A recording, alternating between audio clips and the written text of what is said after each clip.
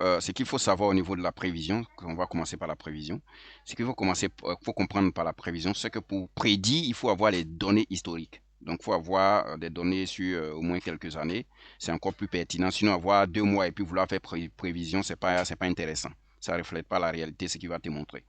Donc, généralement, ce qu'on fait, c'est que la période ici doit être soit en mois, même en jour, c'est possible. Mais si tu as commencé en jour, tout doit être en jour. Si tu as commencé en mois, tout doit être en mois. Si tu as commencé en année, donc si je mets par exemple 2020 ici, c'est qu'à la suite, je vais mettre 2021, ainsi de suite. Donc, ça doit être une suite logique, ok, pour que celle puisse comprendre. Et après, on a peut-être, ça peut être le nombre de clients qu'on a eu, et ainsi de suite. Nous, ici, on veut faire prévision de chiffre d'affaires. OK? Donc, on a l'historique qui est là. J'ai de 2020, OK, jusqu'en 2023, donc fin 2023. Donc, ici, quand on regarde dans la date, on voit qu'il y a 01, 12e mois. Donc, je n'ai pas de 01 qui me... Voilà pourquoi j'ai mis ici 01, 2000, ce qui veut dire qu'on a parcouru les années de 2020 jusqu'à 2023 entièrement. OK? Et avec ces données, maintenant, je peux prédire, je peux dire ce qui va se passer en 2025 et, par exemple, en 2026. Mais c'est encore plus pertinent quand, comme on est en nombre de mois, c'est pertinent de se limiter, par exemple, à 1 an. OK? Maintenant, si c'était les années qu'on avait visualisées, qu'on a, par exemple, 20 ans ici ou même 10 ans ici, on pouvait prédire au moins quelques années en avance. OK? Voilà. Donc, voilà le rôle de la prévision. Et ce que je vais vous dire aussi, c'est que prédire, ça tient pas compte des aléas de la vie.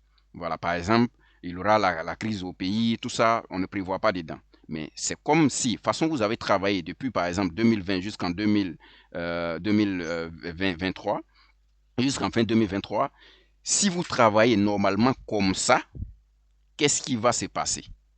Voilà. C'est ce qui va vous montrer ici. Maintenant, pour les raisons d'impôt, ils ont fermé votre magasin. Ça là, c'est pas prévu dedans. Ok. Donc ici, on va sélectionner déjà les deux colonnes qu'on veut prédire, qu'on veut utiliser pour prédire plutôt. Mais imaginez par exemple que vous avez des données comme ça, une grosse base de données comme ça. Vous ne pouvez pas faire prédire ici directement. Ce que vous allez faire, c'est de déjà synthétiser les informations via TCD1 ou tout le mécanisme que vous pouvez, pour résumer soit en mois, soit en année et ainsi de suite. Là, quand vous avez l'historique, vous pouvez maintenant travailler dessus. Vous ne pouvez pas laisser les données brutes comme ça pour pouvoir faire votre prédiction dessus. C'est pas pertinent. Ok. Donc moi, ici, j'ai déjà résumé les données de l'autre côté. J'ai résumé ici et je me dis qu'en année, voilà ce qui va se produire et ainsi de suite. Donc, si je veux faire ma prévision, je sélectionne les deux colonnes en question. S'il y avait par exemple des colonnes intermédiaires ici, je vais prendre cette colonne, contrôle, celle-là, ok. Voilà, les colonnes qui m'intéressent, c'est ce que je vais prendre. Voilà, mais ici, on n'a que les deux colonnes dont on a besoin. Donc, je sélectionne les deux colonnes en question. Je viens dans l'onglet données et on va voir ici feuille prévision. Donc, je clique sur prévision et déjà, ça me projette ce qui va se passer. Donc, on va expliquer ici un peu plus en détail. Tout ce qui est en bleu ici, c'est les données qu'on possède déjà. Donc, vous voyez ici, ça vient jusqu'à janvier 2024. Donc, c'est les données qu'on possède déjà. Et ce qui est en orange ici, ce sont les données que on veut prédire. C'est-à-dire, c'est notre prévision qui est là. Et j'explique l'intervalle. Ici, il y a ce qu'on appelle l'intervalle de confiance. Donc, si on travaille bien, tellement bien, si les données montent, on sera sur l'orange qui est en haut ici. Voilà. Si on baisse aussi on ne fait pas trop de chiffre d'affaires, on sera sur l'orange qui est en bas ici. Donc, en gros, ce que ça veut dire, c'est que nos données vont balancer entre les deux éléments que vous voyez là. OK? Mais en réalité, ce qu'il voit, c'est qu'on sera sur l'orange qui est un peu plus foncé ici. Voilà. Si on travaille normalement comme ce qu'on a travaillé, comme on a travaillé depuis longtemps. Maintenant, on peut réduire. Ici, on peut venir dans Options et puis faire des modifications. Mais attention, on a ici fin de prévision. Ça veut dire ta prévision là. Ici, ça finit par exemple en janvier, surtout février 2020, 1er février 2025. Donc, nous, on va lui dire d'aller 1er février 2025. Là, 26 plutôt.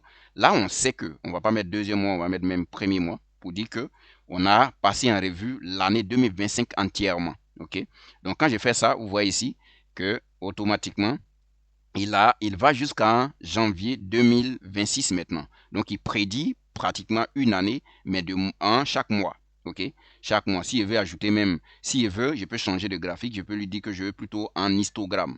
Mais c'est un peu plus compliqué à interpréter parce que l'intervalle de confiance ici est un peu, c'est pas facile à gérer. Par contre, avec une courbe, on a carrément l'interface qu'on voit, l'interface de comment on appelle ça, l'intervalle de confiance qu'on voit ici.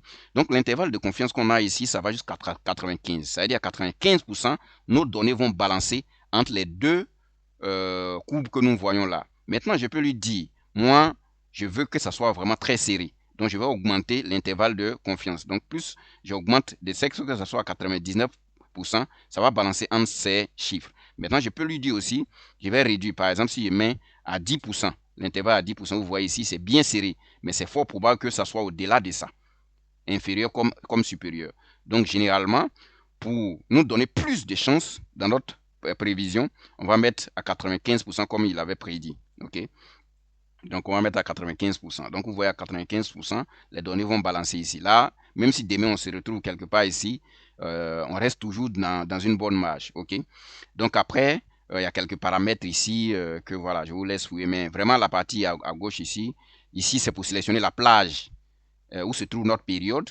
Et ici, c'est pour sélectionner la plage où on a nos chiffres qu'on doit prédire. Ok, et voilà, après, on a aussi en moyenne et ainsi de suite. Ok, donc il y a pas mal d'éléments ici. Mais voilà l'essentiel que vous devez savoir. Et je peux maintenant créer une feuille.